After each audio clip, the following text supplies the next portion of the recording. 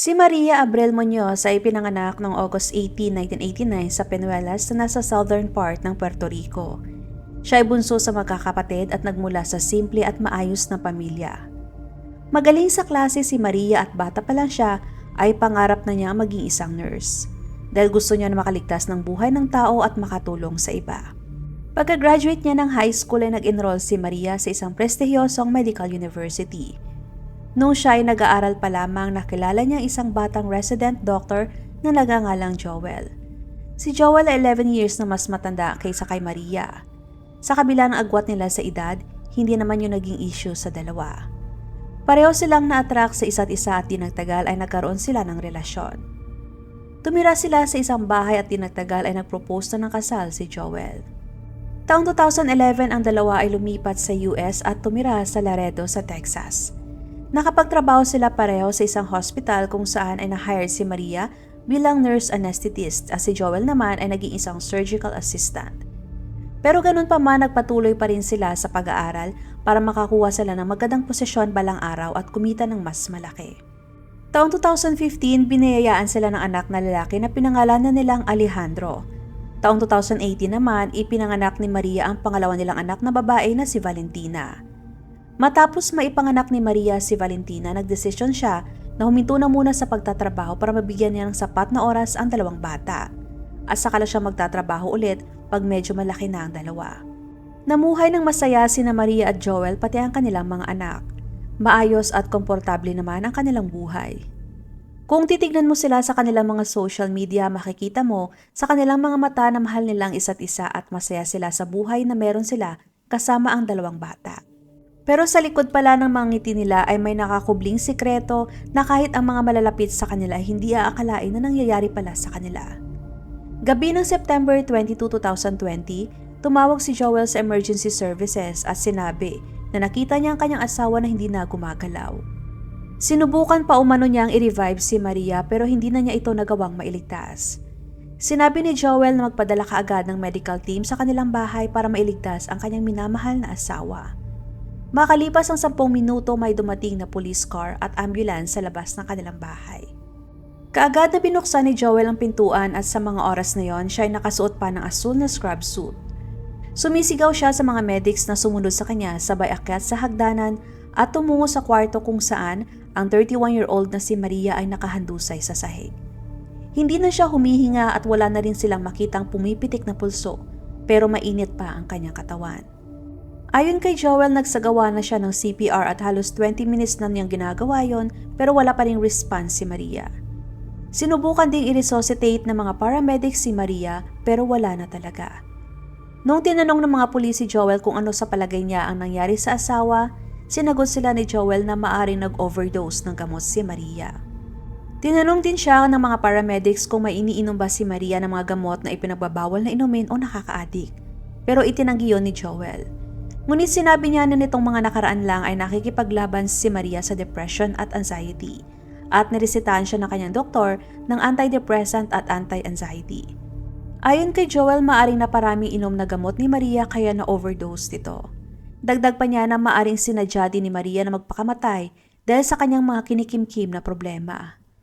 Saad pa niya na isang araw bago natagpuan si Maria, may binanggit na daw ito sa kanya tungkol sa pagpapakamatay. Pero hindi umano niya yon seryoso dahil ang buong akala niya ay nagbibiro lang si Maria. Pumasok si Joel sa banyo at lumabas bitbit ang halos puno pa ng mga container ng gamot. Pero ang pinagtataka ng mga pulis, kung ang isang tao ay balak na mag-overdose ng gamot, bakit pa niya ibabalik sa kung saan niya kinuha ang gamot at maayos pa ang pagkakalagay? Wala ring nakita ang mga pulis na container ng gamot na wala ng laman, wala ring mga blister packs o kahit na anong container ng gamot na malapit sa katawan ni Maria o kahit nasa ibang parte ng kwarto. Ang ipinakitang container ng gamot ni Joel ay halos puno pa. Kung sakaling nag-overdose nga ng gamot si Maria ay konting tableta lamang ang kanyang nainom. Ang ganong karaming tableta ay hindi naman masasabi na nakamamatay. Para makakuha ng sagot ang mga pulis, kinakailangan ng autopsy at toxicology report para malaman kung ano ang nasa kanyang sistema sa oras na siya'y namatay. Habang nag-iikot ang mga pulis at naghahanap ng mga ebidensya, ang dalawang anak nila ay mahimbing namang natutulog sa kanilang kwarto at wala silang kaalam-alam sa mga nangyayari lalo na sa kanilang ina. Ayon kay Joel, nakontak na niya ang kanyang mga kamag-anak na pansamantalang mag-aalaga sa dalawa nilang anak hanggang sa maayos na ang lahat. Tinutukan ng mga pulis si Joel bilang siyang unang nakakita sa kanyang asawa at siyang pinaniniwalaang huling nakasama ni Maria. Dinala sa estasyon ng mga pulis si Joel para sa mga pagtatanong. Ang lahat ng nakakita sa kanya nung gabing yon ay napansin na kakaiba ang kanyang mga galaw. Maaaring dala lamang yon ng pagkabigla at sakit sa biglaang pagkamatay ng kanyang asawa. Pero napansin nila na ang kilos niya ay hindi kilos ng isang taong namatayan o nagdadalamhati. Kahit nasa paraan ng kanyang pananalita ay kakaiba at bilang mga pulis alam nila paano basahin ang galaw ng isang tao.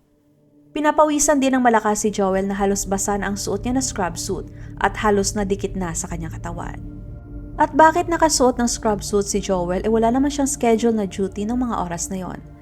Napansin din ng mga pulis na hindi mapakali sa kanyang kinauupuan si Joel at sobra itong balisa. Ang kanyang mga statements ay magulo, hindi maintindihan at paiba-iba.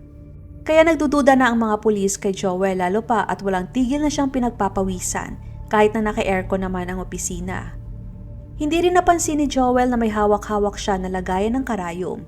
Yun ay catheter needle na kadalasang ginagamit pang-inject sa mga maliliit na ugat. Napansin din ng mga pulis na itinago niyang container ng mga gamot na una niyang ipinakita. Nung tinanong siya ng mga pulis kung saan niya inilagay ang container, sinabi niya na hindi niya alam kung nasaan. Pero dahil may mga body cam ang mga pulis, may isa na nakakuha na inilagay niya ang container sa kanyang bulsa. Kaya ipinakita sa kanya ng mga pulis ang video. Bigla siyang nahiya dahil nagsinungaling siya at agad na ibinigay sa mga pulis ang container. Paliwanag niya baka hindi niya namalayan na nailagay pala niya sa kanyang bulsa. Dala na rin ng sobrang pagkataranta. Kasunod noon ikinuwento ni Joel sa mga pulis na may matinding pinagdadaanan ang kanilang relasyon ni Maria at pinag-uusapan na nila ang mag-divorce.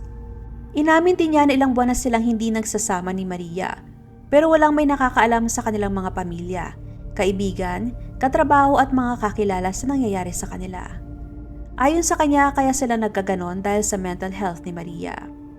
Dagdag pa niya na palagi naman daw silang nagkikita dahil binibisita niya ang kanilang mga anak at sinusubukan din umano niya na makipag-ayos kay Maria para maisalba ang kanilang relasyon.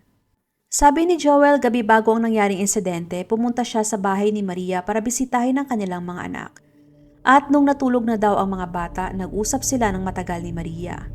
At ayon sa kanya na pag-usapan nilang lahat, nagkaayos at kasunod nun ay may nangyari pa sa kanila. Pagkatapos nila ay pumunta siya sa banyo para maligo at pagkabalik niya sa kanilang kwarto ay nakita na lamang niya si Maria na wala ng malay. Ang buong akala niya ay nakatulog lang si Maria at nung napagtanto niya na hindi na ito humihinga ay kaagad siyang tumawag sa emergency services at inumpisahang i-revive ang asawa. Pero ang hindi maipaliwanag ay kung bakit siya nakasuot ng scrub suit nung gabing yon. Giit ni Joel na may nangyari pa sa kanila ni Maria mga 30 minutes bago ang nangyaring insidente. Pero nung sinuri ang katawan ni Maria, lalo na sa pribadong parte ng kanyang katawan, wala sila nakita na may gumalaw sa babae. Nakita din sa autopsy na walang laman ang tiyan ni Maria, na ayon sa statement ni Joel ay maaring uminom ito ng gamot habang siya ay naliligo. Pero ayon sa mga eksperto, ang sanhi ng pagkamatay ni Maria ay dahil sa pagkalason sa hindi malamang gamot na siya naging sanhi ng respiratory failure at pagkaparalisa ng kanyang heart muscle. May napansin din ang medical examiner na maliit na marka ng butas o puncture mark sa braso ni Maria na parang tinurukan si Maria ng napakaliit na karayom. Ito ang parte ng katawan na parang imposibleng ma-inject ni Maria na siya lang. Kaya kinakailangan na magsagawa sila ng mas detalyadong toxicology analysis para malaman ang sanhi ng pagkamatay ni Maria. Nung kinausap ng mga pulis si Joel na kinakailangan nilang humingi sa kanya ng consent para suriin ang bahay, bigla itong nabalisa. Agad niyang sinabi sa mga pulis na ang kanyang asawa ay napakametikulosa at ayaw-ayaw niya na may gumagalaw o nangingialam sa kanyang mga gamit. Dagdag pa niya na hindi na kailangan yon kung nagdesisyon naman si Maria na tapusin na ang kanyang buhay. Pero hindi pumayag ang mga pulis. Ipinunto nila na hindi pa natutukoy ang eksaktong sanhi ng pagkamatay ni Maria. Kaya ang lahat ng posibilidad ay kailangan nilang isaalang-alang at kasama na nga doon ang foul play. Dagdag pa doon, sinabi din ng mga pulis na makakakuha naman sila kaagad ng search warrant, kaya mas mapapadali ang lahat kung ibibigay na ni Joel ang kanyang pahintulot. Dahil wala na siyang magawa, nag-aatubili pa sanang sumang-ayon si Joel. Mukhang may balak pa si Joel na matapos niya sa kanyang interogasyon ay babalik ito sa bahay at lilinisin ang lahat ng pwede niyang linisin at itago ang mga posibleng ebidensya. Hindi pinayagan na makaalis si Joel ng mga pulis hanggat hindi pa sila tapos sa kanilang investigasyon. Nung sinuri na ang bahay, napansin nila na tuyo ang banyo. Wala ni isang patak ng tubig sa sahig o sa pader. Ibig sabihin na hindi naligo si Joel. Nasalunga sa sinabi niya sa mga pulis. Wala rin silang nakitang basang tuwalya na maaring ginamit ni Joel para patuyuin ang kanyang katawan. At ang container ng gamot ay nakalagay mismo sa banyo kung saan naligo di umano si Joel. Kaya papaano hindi naramdaman ni Joel na pumasok ang asawa at may kinuha. Sa paanan ng kanilang kama, nakakita din ang mga pulis ng maliit na IV butterfly catheter. Mukhang itinapon lang ito ng mabilis sa pag-aakalang hindi naman mapapansin. Pero ang pinaka-importanteng nakita ng mga pulis sa bahay ay ang personal diary ni Maria na ilang taon na niyang itinatago. Doon ay nakasulat ang lahat ng kanyang mga hinaing, nararamdaman, iniisip at mga paghihirap. Ang diary na yon ay naging pangunahing ebidensya sa kaso. Nakasulat doon ang matinding takot ni Maria na mawala sa kanya si Joel, ang kanyang pagnanasa na mapanatiling buo ang kanilang pamilya at ang magiging epekto sa nangyari sa kanila sa dalawa nilang anak. Sobrang mahal niya ang kanilang mga anak at sila ang sentro ng kanyang buhay. Nagpahayag din siya ng pagdududa kung kaya pa ba niyang mapatawad si Joel sa kung paano siya tratuhin ito. Habang patuloy na binabasa ng mga pulis ang diary ni Maria, nagiging malinaw din sa kanila na si Joel ang dahilan ng depression at anxiety ni Maria. Lumalabas na matagal na panahon nang may ibang karelasyon si Joel at hindi niya kayang i-give up ang isa sa kanila. Ayaw niya na mawala sa kanya si Maria at ayaw din niya na mawala sa kanya ang kanyang kabit. Alam yun ni Maria kaya sobra siyang nasasaktan. Ilang taon niyang daladala yon at hindi din niya kaya na mawala sa kanila si Joel dahil na rin sa kanilang mga anak. Gusto niya na buo ang kanilang pamilya kaya hindi niya pinagtulakan na umalis si Joel.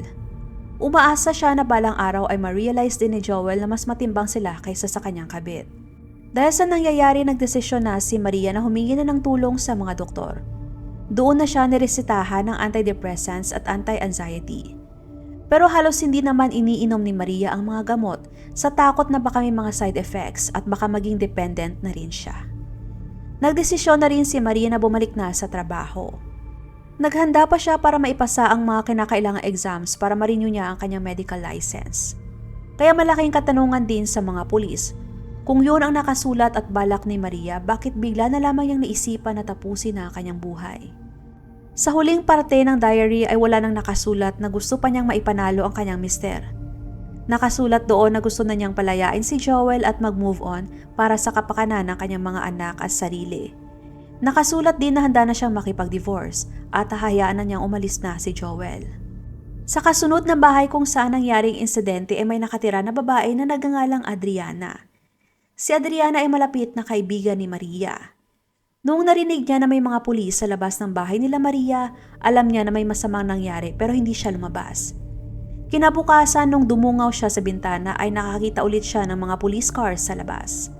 Kaya lumabas na siya at nagtanong sa mga pulis kung ano ang nangyari. Sobrang nagulat si Adriana sa biglaang pagpanaw ni Maria. Kaya sinabi niya na gusto niyang makausap ang mga investigador dahil may mga impormasyon siya na gustong ibahagi. Kinumpirma ni Adriana na halos 5 buwan nang hindi na magkasama sa isang bahay sina Joel at Maria. Pero madalas naman daw na bumibisita si Joel para makita ang kanyang asawa at mga anak. Ayon kay Adriana, dating masaya ang pagsasama ng mag-asawa. Pero 2 taon ang nakakaraan, nagsimulang magbago ang lahat. Biglang pumayat si Joel dahil araw-araw itong pumupunta sa gym para mag-exercise.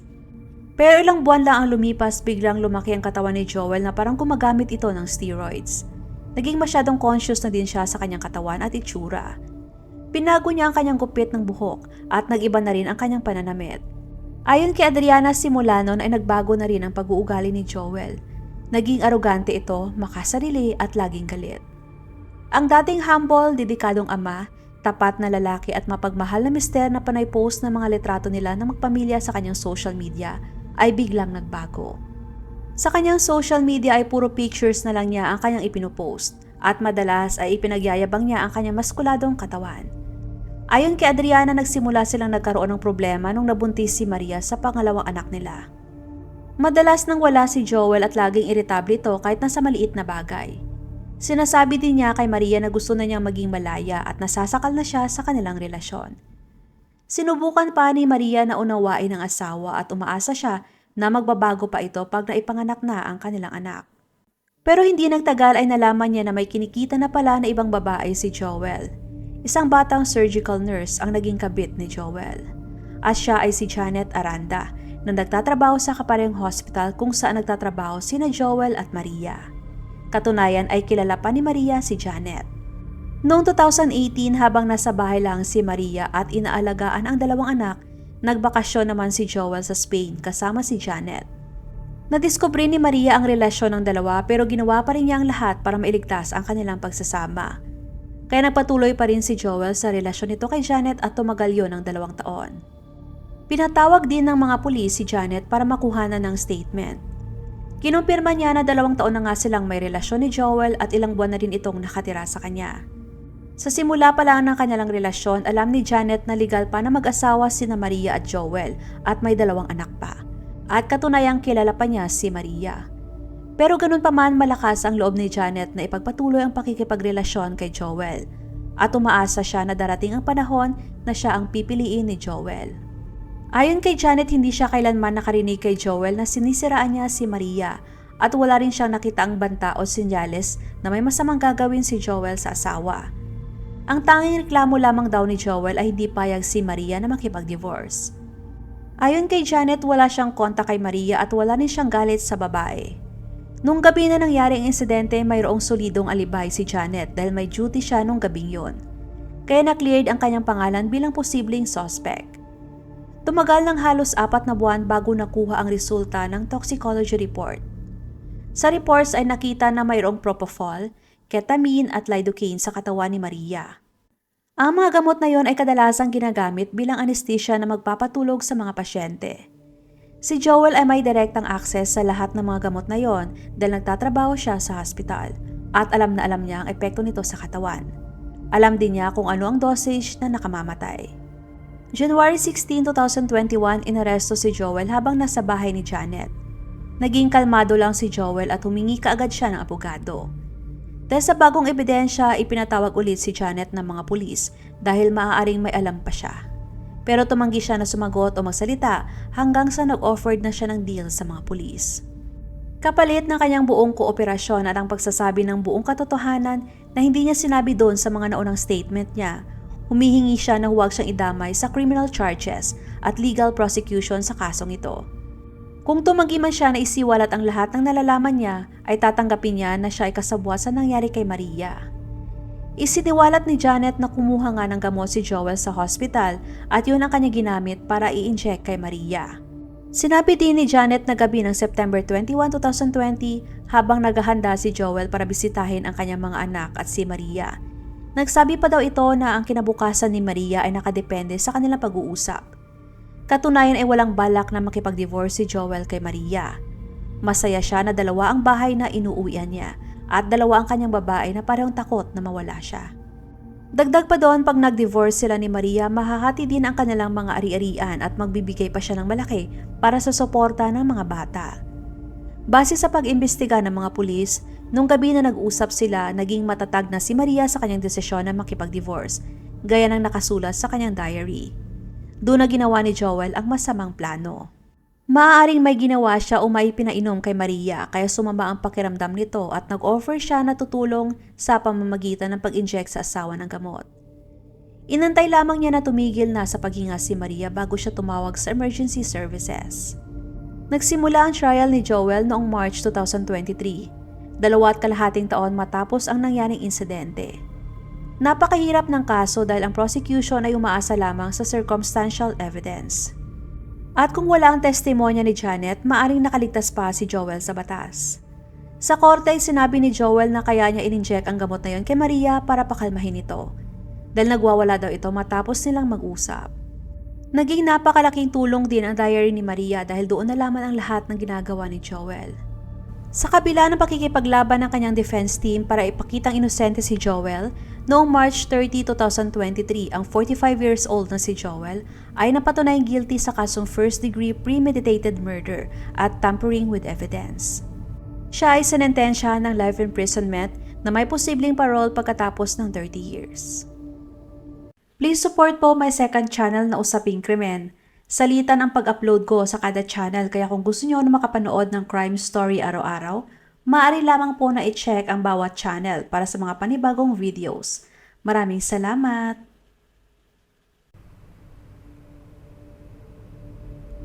Huwag mag-atubiling ibahagi inyong mga saloobin at komento. And please huwag kalimutang mag-like and subscribe sa aking channel kung hindi mo pa nagagawa. Magkita-kita tayo ulit sa aking susunod na video. Maraming salamat!